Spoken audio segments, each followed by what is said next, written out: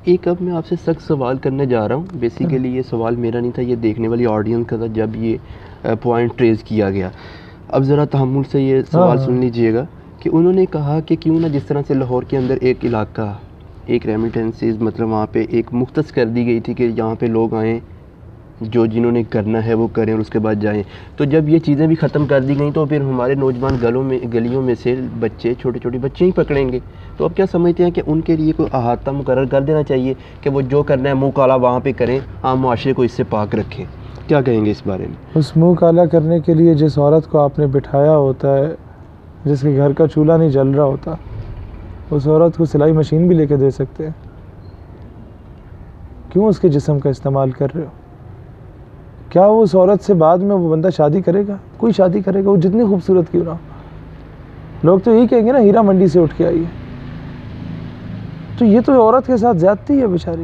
نہیں، بیسیکلی جو ان کی مدد کرنا نہیں ہے، بیسیکلی یہ ہے کہ جو آپ نے اپنی آگ بجھانی ہے، آپ اس علاقے میں جا کے بجھا دیں تاکہ ہمارے معاشرے کی جو بچیاں ہیں وہ محفوظ رہیں ان سے۔ آپ ایک رات کتنے میں گزارتے ہیں وہاں جا کے؟ 3-4 ہزار روپے لگاتے ہیں، اور ہر ہفتے میں اس طرح کی حرکت کرنا چاہتے ہیں۔ آپ کا اپنا گزارا کتنے میں ہو رہا ہے؟ 10,000 میں، تو 16,000 یہ لگ گئے، 26,000 آپ کا خرچہ ہوتا ہے۔ تو شادی کیوں نہیں کر لیتے؟ 26,000 میں تو بیگم بھی آرام سے پل پڑ جاتی ہے۔ روزانہ 300-400 روپے کا کھانا آپ کا آ جاتا ہے، بیگم کو کھانا پہنا دو، شادی کرو باعزت طور کے ساتھ، اس کے ساتھ پھرو، اور تمہارے چھوٹے چھوٹے وہ شانی مانی بنٹے بھی کھیل رہے ہوں گے، 2-3 سال کے بعد گلی ڈنڈے بھی کھیل رہے ہوں گے۔ تو بیسیکلی اب سمجھتے ہیں کہ لباس کی حد تک بھی ہم ذمہ دار ہیں، ہماری مائیں ذمہ دار ہیں کہ یار یہ انڈین کلچر ہمارے گھروں تک آ چکا ہے۔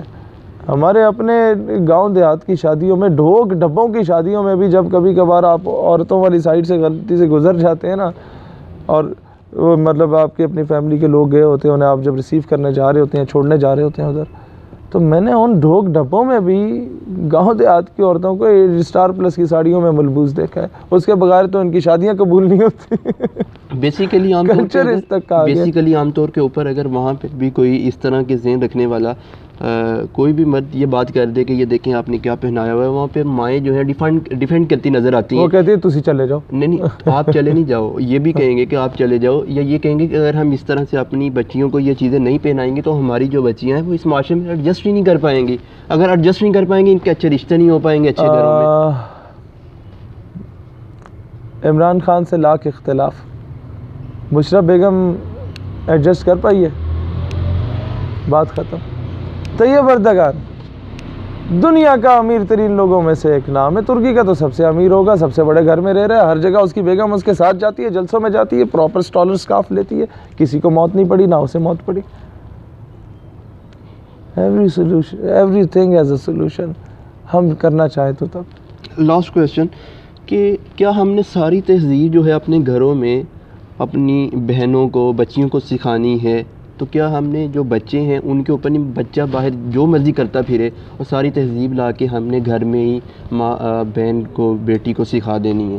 بہن کے سامنے جب انسان شیر بن رہا ہوتا ہے نا، تو اسے ذہن میں خیال رکھنا چاہیے کہ وہ دوسرے بندے کی بہن کے سامنے کتا نہ بنے۔